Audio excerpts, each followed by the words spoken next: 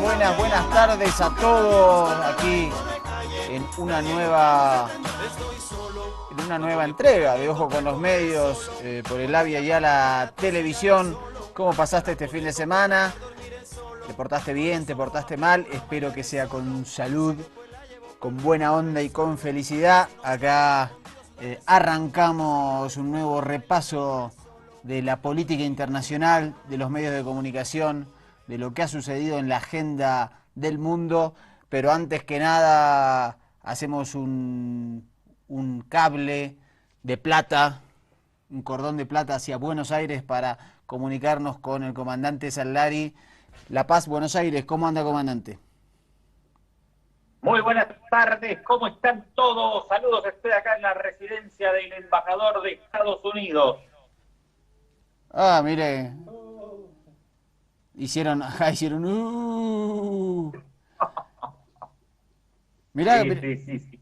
mirá qué Es que lindo tapiz que tiene el embajador.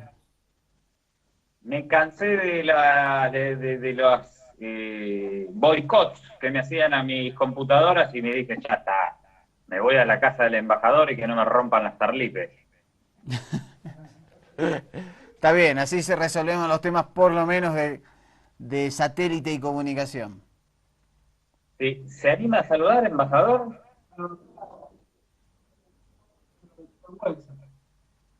No me digas que está ahí con el amigo. Sí, sí, sí. No. Que salude, se lo extraña por acá. Un mensaje, por favor, si se anima, digo. ¿Qué tal, amigos? ¿Cómo están todos allí en Ayala? ¿Cómo anda, querido encargado, ex encargado de negocios en el Estado Plurinacional de Bolivia? ¿Qué pasa? ¿Está de gira, de misión en la Argentina? Tú sabes que el caso Nisman ha tenido varias implicaciones. Entonces tuvimos que venir aquí bueno, a hacer algunos asuntitos que arreglar. Y pasa que Nisman tenía vía directa y acceso privilegiado a la embajada ahí por enfrente al zoológico municipal de Buenos Aires. Gran compañero, gran camarada. Mm, pero se le fue, ¿qué pasó? Hubo algo que no Así controlaron fue. ahí. Estamos averiguando, se nos complica un poco, doctor. Ah, bueno, embajador, una alegría tenerlo. Alegría estar aquí. Me preocupa ahora las nuevas relaciones Sallari-Estados Unidos. Dejémoslo ahí, doctor, dejémoslo ahí. Un saludo a todos los compañeros bolivianos. Muchas gracias, un abrazo para usted también. Suerte en la Argentina. Sí, doctor. Finalmente, como dice el dicho, si no puedes vencer a tu enemigo, únete a él. Ujú. Con lo cual, con la magnitud de ese enemigo, se van a tener que unir todos en el planeta Tierra y hasta más allá de él. Sí, sí, sí, en eso estamos, en eso estamos. Pero bueno, vamos a meterle con lo nuestro, no nos dejemos amedrentar por los gringolandis. Dale, vamos, arranquemos, si le parece, con el repaso de las tapas del día, cómo ha visto la prensa gráfica lo más importante ocurrido el fin de semana.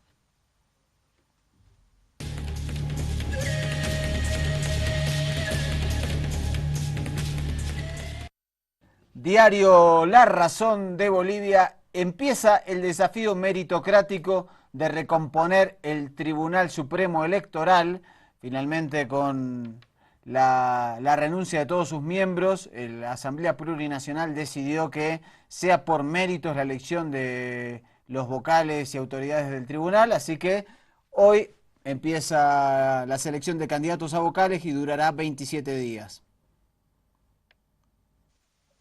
¿No podemos participar?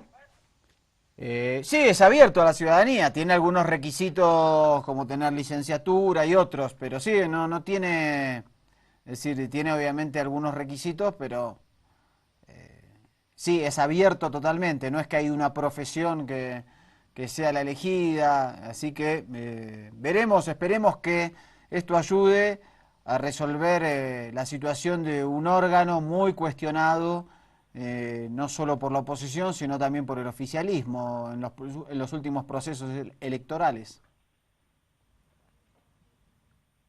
Preséntese, doctor, es re tranquilo ser vocal o presidente del TFE. No, gracias. Le agradezco mucho. Prefiero ser corresponsal de guerra.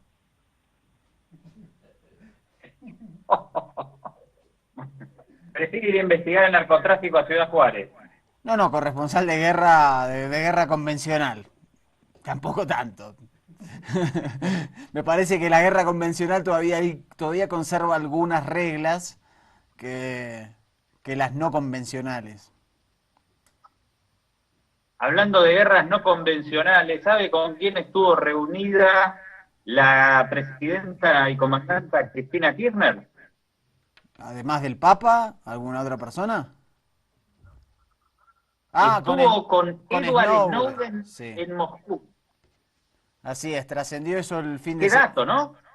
Sí, dicen que el encuentro fue propiciado porque el gobierno argentino quería conocer cuál era el accionar de Gran Bretaña respecto a las Islas Malvinas, así que por eso se reunió con el ex analista de la CIA, de la CIA, de la NSA.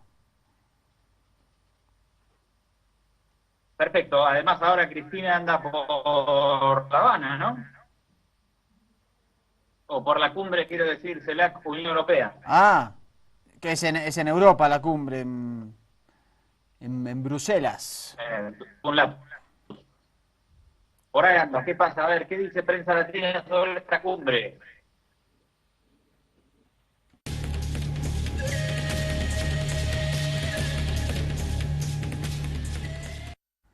Ahí tenemos la agencia informativa cubana Prensa Latina. Comienza cumbre académica de la CELAC y la Unión Europea. Es la segunda cumbre con el fin de ampliar y profundizar el espacio para la educación superior, la ciencia, la tecnología y la innovación. Arranca hoy y se desarrolla durante 2 días en Bruselas, capital de Bélgica. Perfecto. Nos acercamos al bloque Unión Europea. Vamos a ver qué resulta de todo esto. Pues hay muchas cosas que les quiero comentar de acá, pero vamos a Honduras. Justo a mí también me llamó la atención el fin de semana Honduras porque vi una marcha en Tegucigalpa pidiendo la renuncia del presidente. Me parece que es momento de contactar mediante Skype a algún colega allá, a ver si nos animamos, doctor. Sí, sí. Hay un par de países donde están muy cuestionados sus presidentes.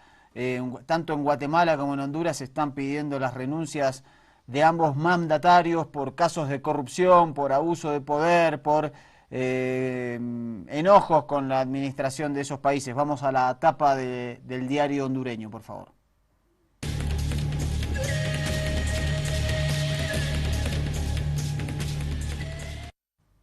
No más impunidad, piden en marcha de antorchas. Ahí vemos una manifestación, los fuegos encendidos hacia el aire, las pancartas.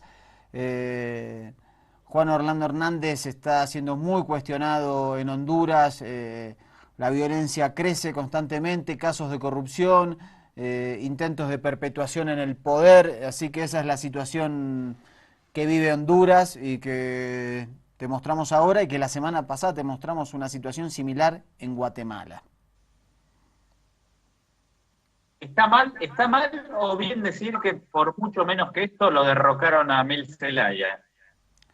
No, aparte fue distinto, fue completamente distinta la situación. De hecho, es muy paradójico que de manera inconsulta recientemente el Tribunal Supremo haya decidido que en Honduras se permite la reelección cuando el solo intento de consultar por una asamblea constituyente que hizo Mel Zelaya allá por el 2009 derivó en un golpe de Estado. Así que imagínense la magnitud y la diferencia cuando el que gobierna es alguien que está del lado de los poderes fácticos. Pequeño detalle, bueno. Hablando de poderes fácticos, dediquémosle una portada al Partido Revolucionario Institucional. Qué paradoja de México, ¿no? El nombre del PRI. Sí, el PRI, bueno, bastante...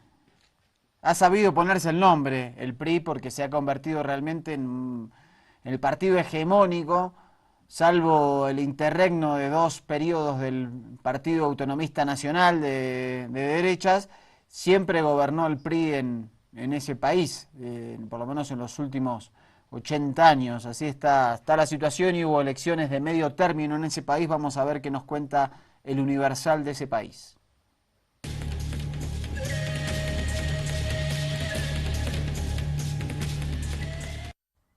Ahí está la tapa. PRI y aliados rozan mayoría. El PAN es la segunda fuerza en el Congreso. El PRD y Morena, Morena es una escisión del Partido Revolucionario Democrático de centro izquierda, pelean por ser la tercera fuerza.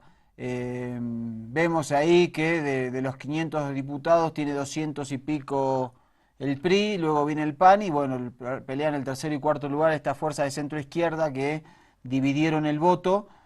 Parece que no hubo tal voto castigo a Peña Nieto por tantos casos de corrupción, por el tema de los 43 normalistas desaparecidos, a pesar de que el clima fue bastante tenso en casi todo el país, producto de que muchos sectores no quisieron que se votara, ¿no? Y boicotearon estas elecciones.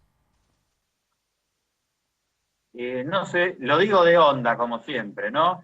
¿Para qué hacen elecciones en México si cuando gana el PRD se las roban? De onda. Mm.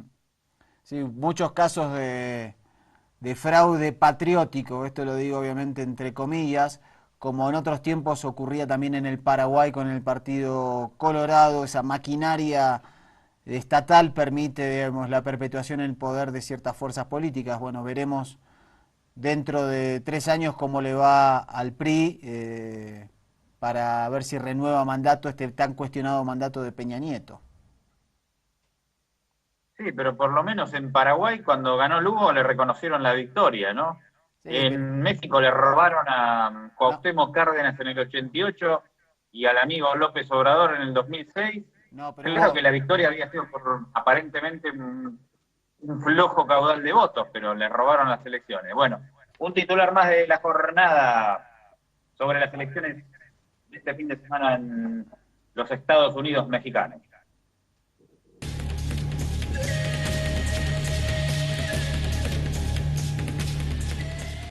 fuerte editorial del diario La Jornada del día de hoy, dice comicios sin autoridad. Con los comicios legislativos y locales realizados ayer, culminó un periodo de campañas electorales caracterizados por la degradación en las formas de hacer política, la inobservancia de las leyes y una autoridad electoral que se estrenó de la peor manera posible, convertido desde su nacimiento en rehén de los componentes partidarios políticos en el país. Esto es lo que reza el editorial del prestigioso diario mexicano. Muy bien, este fin de semana también hubo elecciones en Turquía, Exacta. allá en el Astia. En un rato vamos a estar hablando de ese tema, pero te propongo hacer un corte y a la vuelta anda el amigo Felipe González por Venezuela haciendo de las suyas. Sí, llegó en el día de ayer y estuvo ahí, se reunió con Ledesma, estuvo ahí con los familiares de Leopoldo López y Ceballos, así que anduvo con ajetreada actividad.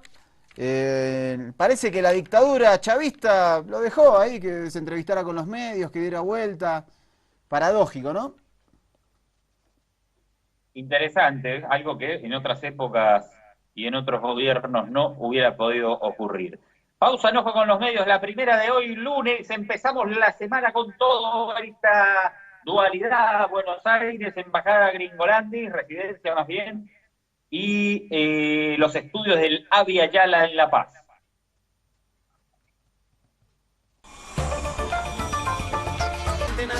No estoy solo, no estoy solo.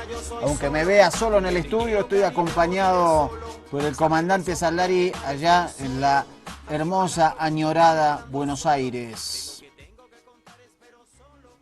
Y por el embajador Gringolandis.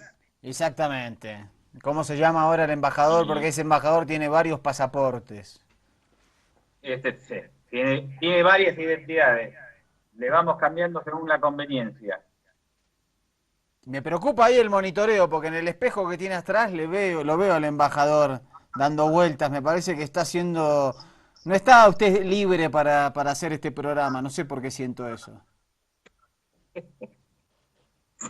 Lo veo ahí... Y sí, es una parodia de la realidad, doctor.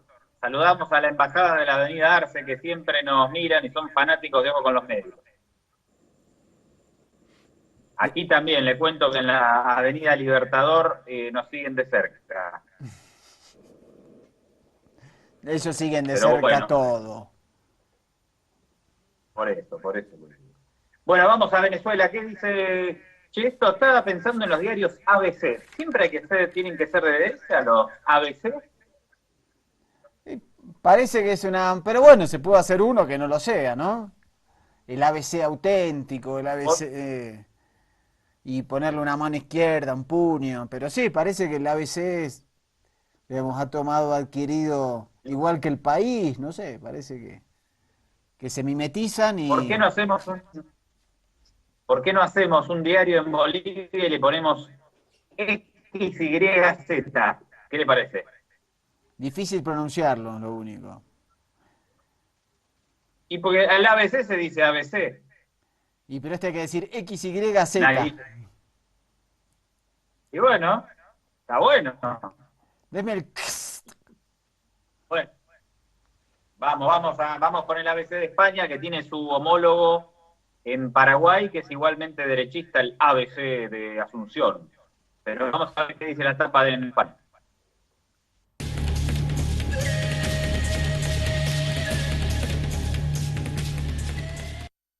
Ahí vemos la tapa y la llegada de Felipe González al aeropuerto de Maiquetía y el titular: Maduro no logra boicotear la visita de González. El expresidente llega a Caracas para sumarse a la defensa de los presos políticos, titula este periódico español.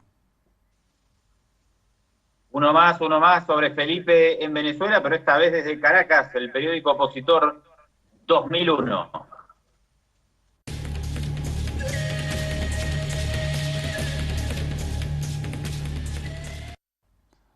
Dice, Felipe alborotó al pajarito. Dice que la llegada del jefe de gobierno español desató pasiones. A través de la red social Twitter, chavistas rechazaron la visita y muestran la controversia que generó esta visita. Dicen el pajarito. Recuerdan que el presidente constitucional Nicolás Maduro habló de ese pajarito que era Hugo Chávez, que lo estaba acompañando aquella en su campaña electoral de hace ya un par de años y medio atrás. ¿Pero a qué no se refiere al pajarito de Twitter? También, creo que es el doble sentido que usó el diario. Tanto para el pajarito de Twitter, la palomita esa, como para también referirse a Nicolás Maduro. Bueno, reporte a continuación de la agencia española EFE, agencia estatal española, sobre la visita de Felipe González a uno de los supuestos presos políticos, Antonio Ledesma. El expresidente del gobierno español, Felipe González, visitó al opositor venezolano Antonio Ledesma. Fue hasta su residencia, porque el alcalde metropolitano de Caracas se encuentra bajo detención domiciliaria, acusado de conspirar contra el gobierno de Nicolás Maduro. González valoraba de esta forma el encuentro. Finalmente, con autorización, hicimos el encuentro muy grato, muy cordial, y hablando de las preocupaciones que tenemos todos, debo decir que lo fundamental, creo que es lo más destacable, es que tanto el alcalde de Ledesma como yo mismo, pero por eso lo pongo a él en primer lugar, creemos que en Venezuela hace falta diálogo. El expresidente español llegó este domingo a Caracas con la intención de incorporarse al equipo legal que defiende a Ledesma y al también opositor Leopoldo López, preso y en huelga de hambre. González hará esta labor en calidad de asesor técnico externo. Su llegada movió los ánimos del país suramericano, dividido entre quienes le esperaban con los brazos abiertos y quienes le repudiaron por lo que consideran una intromisión en la política y las instituciones venezolanas. Bueno, ahí veíamos el reporte de DF, impresionante la cantidad de medios en torno a la llegada de Felipe González, el exmandatario español, que durante 14 años ejerció el poder en España, y parece que tal censura de prensa, tal persecución a los medios, cuesta verlo ante tamaño racimo de micrófonos a su alrededor. Bueno, otros que llegan a cubrir esta visita de Felipe González, no sé si decirle visita, porque supuestamente va a sumarse al equipo de abogados. La televisión española también estuvo presente, televisión española que manipuló asquerosamente algunos casos de violencia en Venezuela el año pasado. Oportunamente te lo mostramos en la pantalla de Ojo con los Medios, y en cualquiera de estas oportunidades lo volvemos a hacer, doctor, pero vamos a ver la cobertura de televisión española acerca de la visita del ex jefe de gobierno español. La esquina caliente de Caracas, a las puertas del Parlamento. Aquí a diario un colectivo chavista ofrece información y propaganda. Rechazan la visita de González. Aquí no necesitamos nadie del extranjero que venga, porque los primeros ladrones que vinieron a Venezuela a robarnos a nuestros indios fueron los españoles. Para los oficialistas, los opositores encarcelados no necesitan abogados extranjeros, porque, aseguran, sus derechos están plenamente garantizados. Están tan garantizados los derechos que ayer se le permitió a él entrevistarse con el ciudadano Antonio Ledesma, una persona que está bien cuestionada aquí en su mandato. Esta esquina caliente de Caracas se encuentra entre dos lugares emblemáticos de la ciudad, la plaza de Simón Bolívar y la Asamblea Nacional, precisamente la misma que declaró a Felipe González persona non grata. Pero la oposición denuncia irregularidades en los procesos y asegura que se trata de presos políticos. La terrible figura de tener presos políticos, de tener un hombre como Leopoldo López, como Daniel Ceballos, como todos los que se han adherido a esta dolorosa y terrible huelga de hambre. La esposa de Ledesma y las de los otros presos políticos aseguran que ya varias decenas de expresidentes extranjeros, además de Felipe González, les han mostrado su apoyo y piden un compromiso internacional para garantizar sus derechos. Bueno, ahora vamos a ver cómo la cadena supraestatal Telesur trajo a la luz la mirada y el enojo de sobre todo los colectivos chavistas por la llegada de Felipe González, una figura muy controvertida durante su gobierno por muchos actos, así que vemos esta pieza de Telesur. La Plaza Bolívar de Caracas fue uno de los escenarios donde se levantó la llamada tribuna antiimperialista.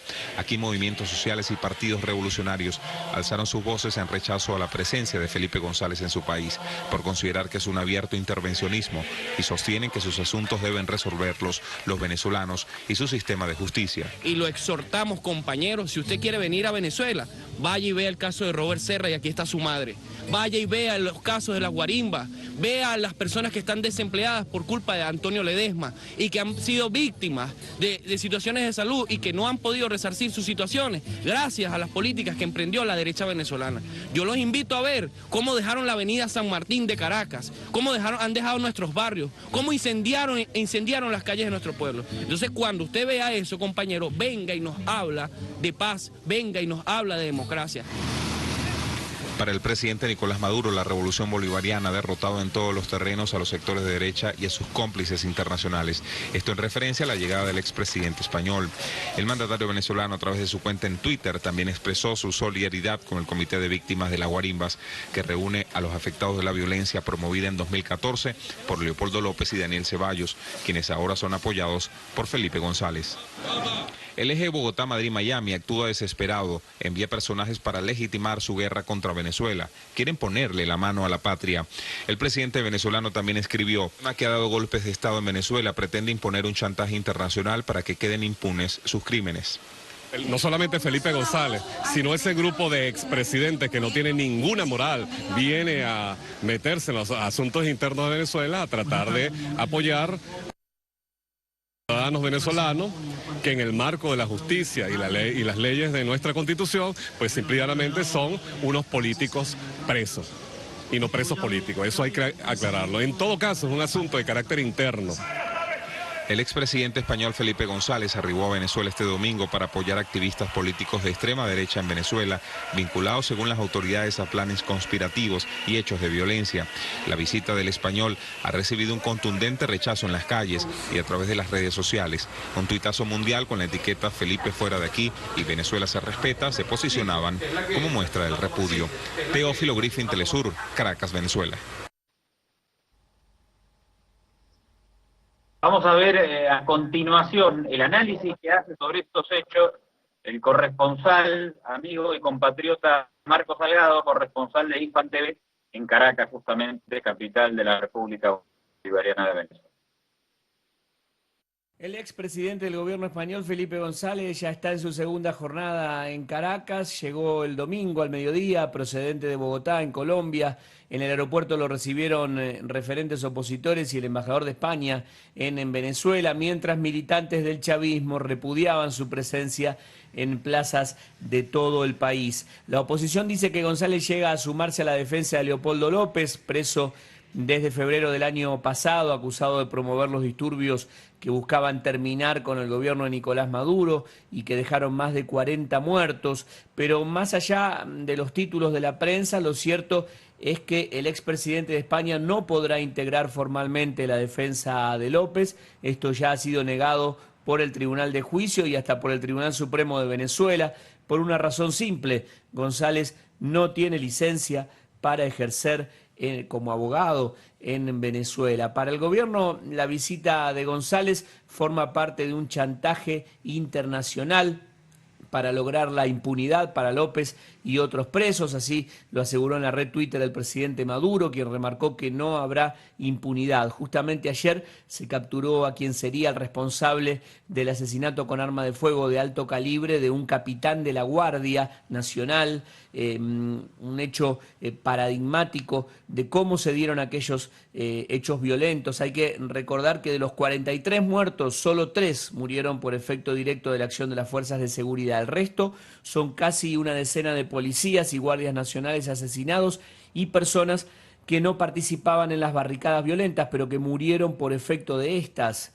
Datos estos que la prensa internacional no suele recordar. El miércoles está prevista una audiencia oral y pública en el juicio de López. Se presume que Felipe González, podría intentar participar, aunque no podría hacerlo más que como espectador, llegado el caso.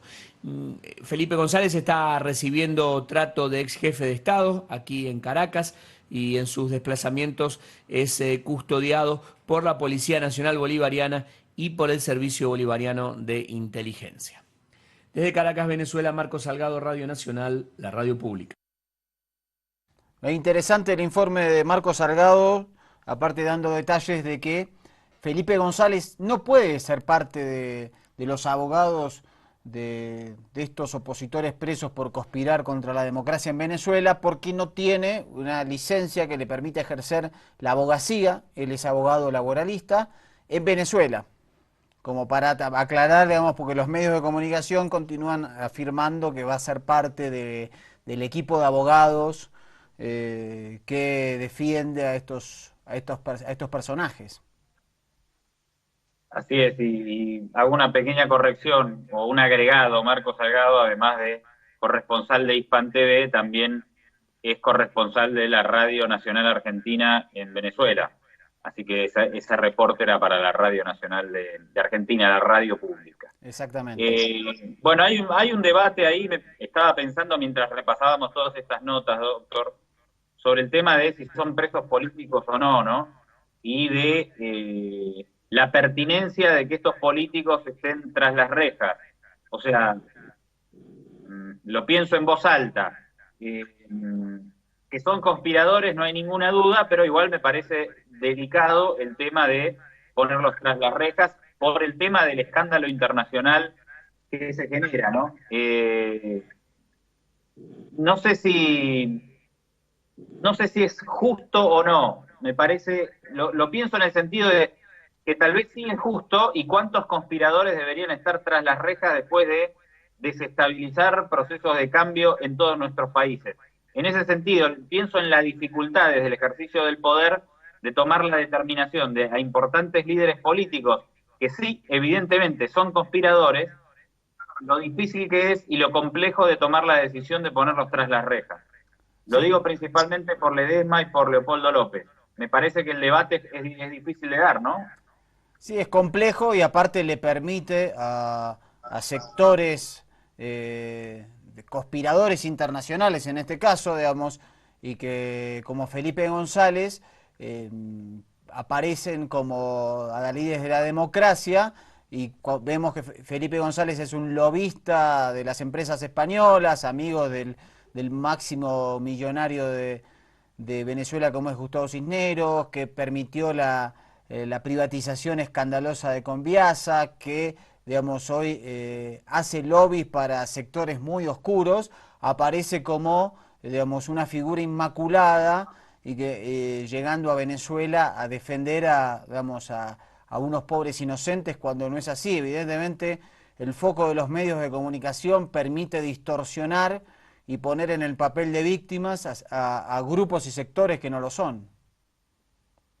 Así es, y me parece que la complejidad de estos casos también se da porque, fíjate una cosa, ahora estos conspiradores están presos, y muchos de los que protagonizaron el golpe de Estado contra Chávez en abril de 2002, justamente de sectores chavistas, se cuestionó mucho tiempo que estos conspiradores no habían pagado con la cárcel el hecho de derrocar al presidente constitucional de Venezuela. De paso y cañazo que Leopoldo López fue uno de ellos, ¿no? Y Antonio Ledesma también. Exactamente, y no pagaron ninguna culpa por la subversión del orden democrático, por esa ruptura que después el pueblo y la Fuerza Armada Nacional Bolivariana logró revertir en apenas 3 días. Pero es complejo el debate, me parece que yo creo que digamos, quien conspira contra la democracia debe pagarlo, más si esa conspiración viene financiada desde fuera, ¿no? Con apoyo externo, lo cual lo hace más grave aún. Así es, así es. El tema es que la dificultad para demostrar esos planes, no, esas ejecuciones conspirativas, esos procesos de conspiración en contra de los gobiernos, porque si no lo demostramos, estamos complicados. Claro. Pasamos a una noticia en otro tono también que nos llega desde Venezuela. Sí, de Naciones Unidas, su brazo vinculado al tema de la alimentación, la FAO, felicitó a Venezuela por sus proyectos vinculados al combate contra el hambre. Te queríamos mostrar esta noticia en este contexto porque no suele ser habitual en los medios hegemónicos y ante este copamiento que hizo Felipe González con su presencia en Caracas, es una nota que pasa desapercibida, pero habla de cómo han mejorado la calidad de vida de nuestros pueblos, y por eso queríamos mostrarte lo que ha hecho el proceso chavista, el proceso de transformación iniciado por Hugo Chávez en Venezuela en estos últimos años para mejorar la vida de su pueblo. En términos del número de personas que han bajado. En el caso de Venezuela se ha bajado el hambre y la desnutrición de 2.8 millones en 1990 a menos de 500.000 personas en este momento. Entonces es un logro muy importante para el país. Bueno, Venezuela ha hecho políticas justamente en los 2 ejes que llamamos nosotros los ejes importantes para combatir a la inseguridad alimentaria. Esos 2 ejes son primero mejorar la disponibilidad de alimentos y su oferta estable. Venezuela lo ha hecho con el mejor apoyo a la agricultura familiar, que ha mejorado mucho la oferta de alimentos en el país. Y segundo es mejorar el acceso, sobre todo para los grupos pobres del país, mediante sus programas sociales de acceso a alimentos, la misión alimentaria y otras acciones que ha tomado el país para mejorar el acceso a costo justo de la población a los alimentos. Ahí teníamos al director de División Social de FAO diciendo claramente 2.800.000 pobres bajó a 500.000, una cifra muy importante, muy impactante. Esta noticia es impresionante, doctor. Y en el marco, además, y acuérdese cuando estuvimos en Caracas en febrero y principio de marzo, de la supuesta crisis de Venezuela, de que no hay alimentos, de las colas, de todo ese bombardeo mediático, y cuando nosotros estuvimos allá, los dos coincidimos en resaltar o en sorprendernos, porque no nos cruzamos con ningún ciudadano pidiendo en la calle. Sí, exactamente, y eso me parece que en el contexto de la historia de América Latina, del continente más desigual, es impactante, porque el ver gente pidiendo en la calle, familias, niños, es muy habitual en nuestra América, y a pesar de lo que han logrado los procesos de transformación. Y eso realmente nos impactó de lo que vimos en Venezuela hace apenas 3 meses atrás. En un contexto donde los medios nos presentan que el país está al borde del colapso. Y no queremos decir que no tenga problemas, pero este dato que ponemos sobre la mesa me parece que es significativo y que de alguna manera lo comprendemos cuando vemos esta noticia del director de la FAO. Sí, aparte recordemos, es el brazo de Naciones Unidas vinculado a temas de alimentación, y aparte habla de que cubre Venezuela también el tema de abastecimiento y oferta de alimentos, ¿no? Y cómo se bombardea justamente con respecto a la falta de alimentos, es impresionante. Bueno, un ojo con los medios, le mando desde acá antes de ir a nuestra segunda pausa. Ojo con los medios, bueno.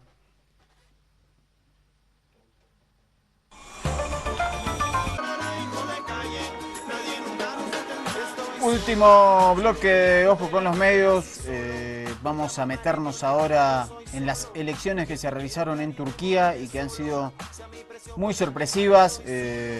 Supongo que nuestro amigo comandante Mehmet Ali Doğan, al cual estaría bueno consultarle sobre esta situación, hacer alguna entrevistita, debe estar muy feliz, pero más que feliz. Sí, yo también me acordé del amigo Mehmet acerca o con respecto a las elecciones en Turquía. Bueno, vamos a repasar rápidamente la información que nos llega desde allá. Primer reporte de la cadena iraní Hispan TV. Duro revés para Erdogan. Las elecciones de este domingo marcan el final de 12 años de dominio absoluto de su partido y el ascenso del Partido Prokurdo de la Democracia del Pueblo, que consigue entrar al Parlamento por primera vez. Contará con 78 diputados. En la ciudad de Diyarbakır festejan este resultado.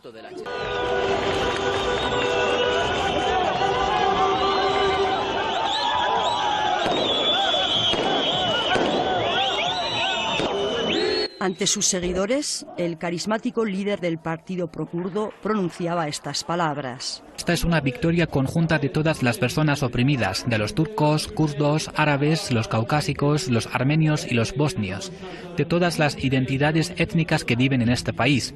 Es la victoria conjunta de todas las creencias, de alauitas, sunitas, cristianos, judíos y aziríes, todos los discriminados que quieren vivir libres a pesar de sus creencias. Los resultados son un jarro de agua fría para el presidente Erdogan, que aspiraba a conseguir una mayoría de 330 escaños. Su objetivo, modificar la Constitución e instaurar un sistema presidencialista.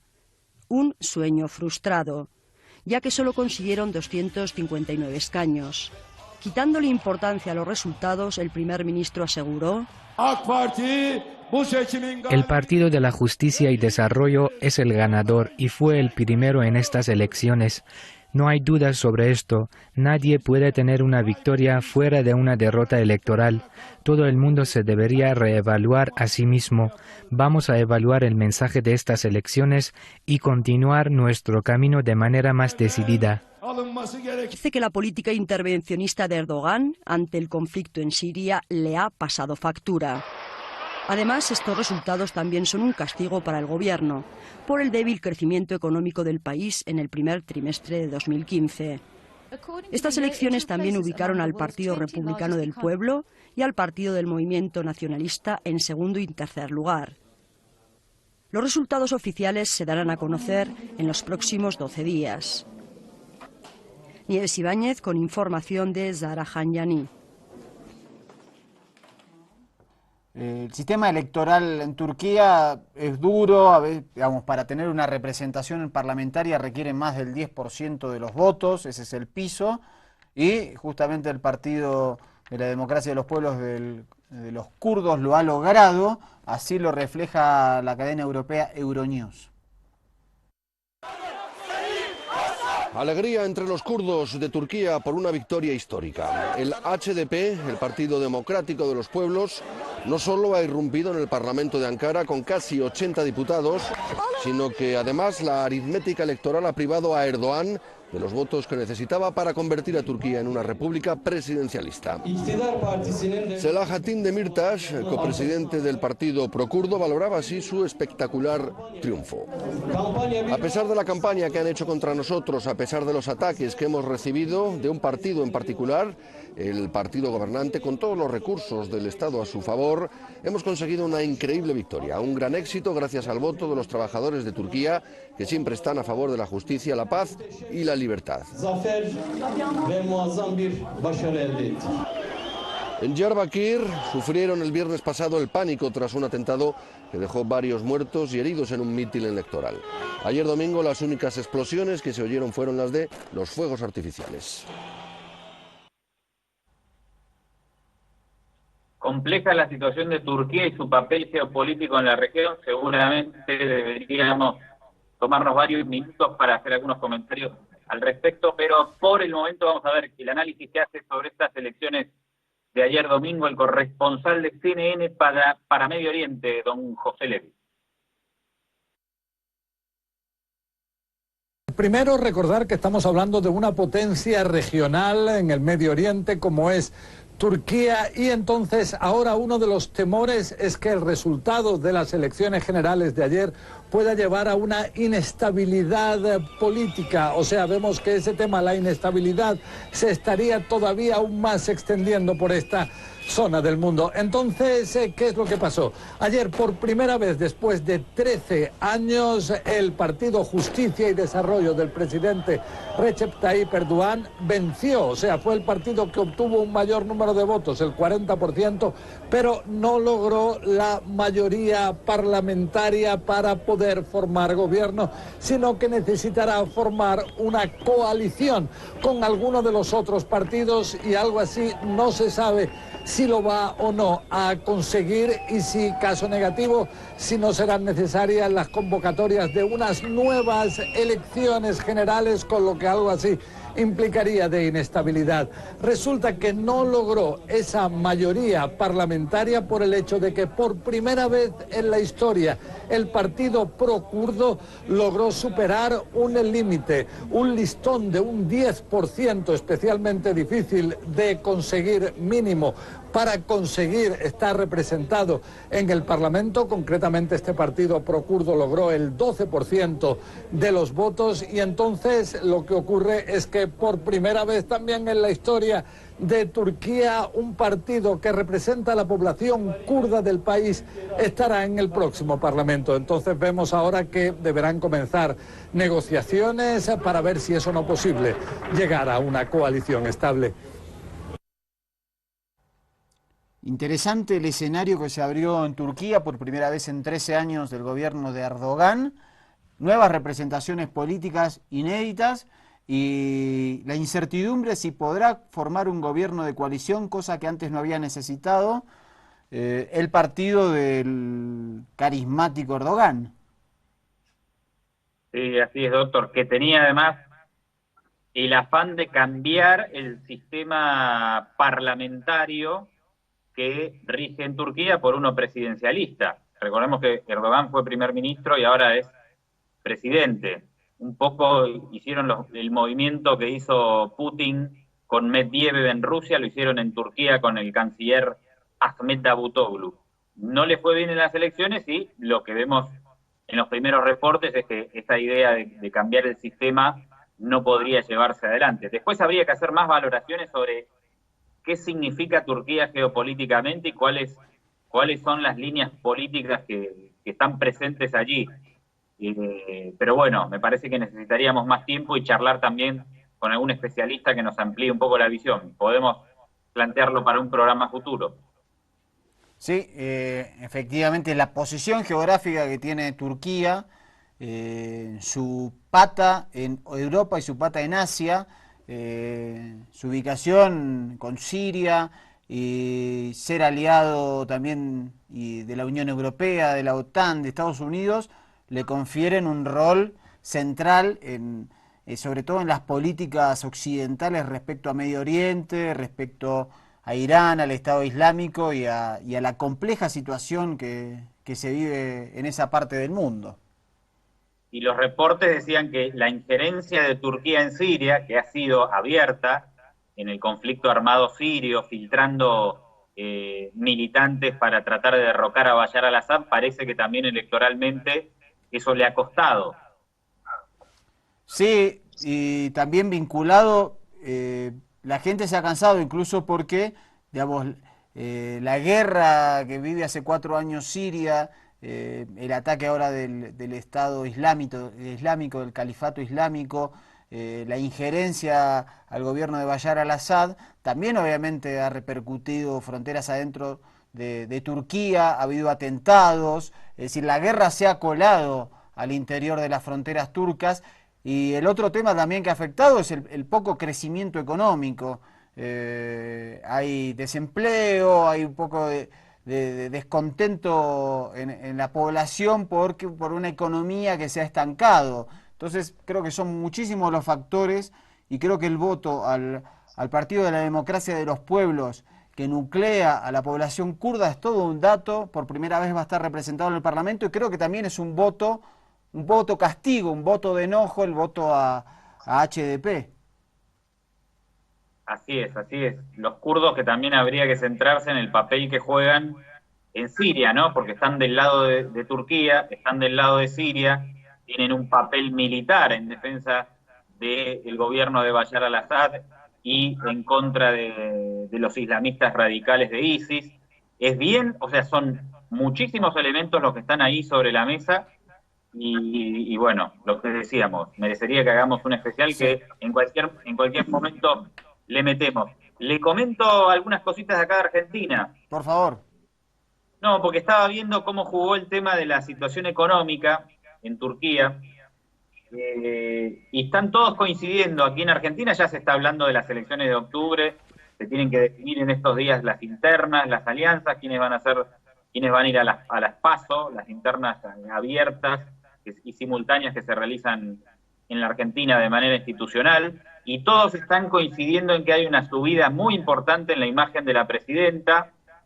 Uno de los jefes de campaña de Macri admitió que en los próximos meses la situación económica incluso iba a mejorar.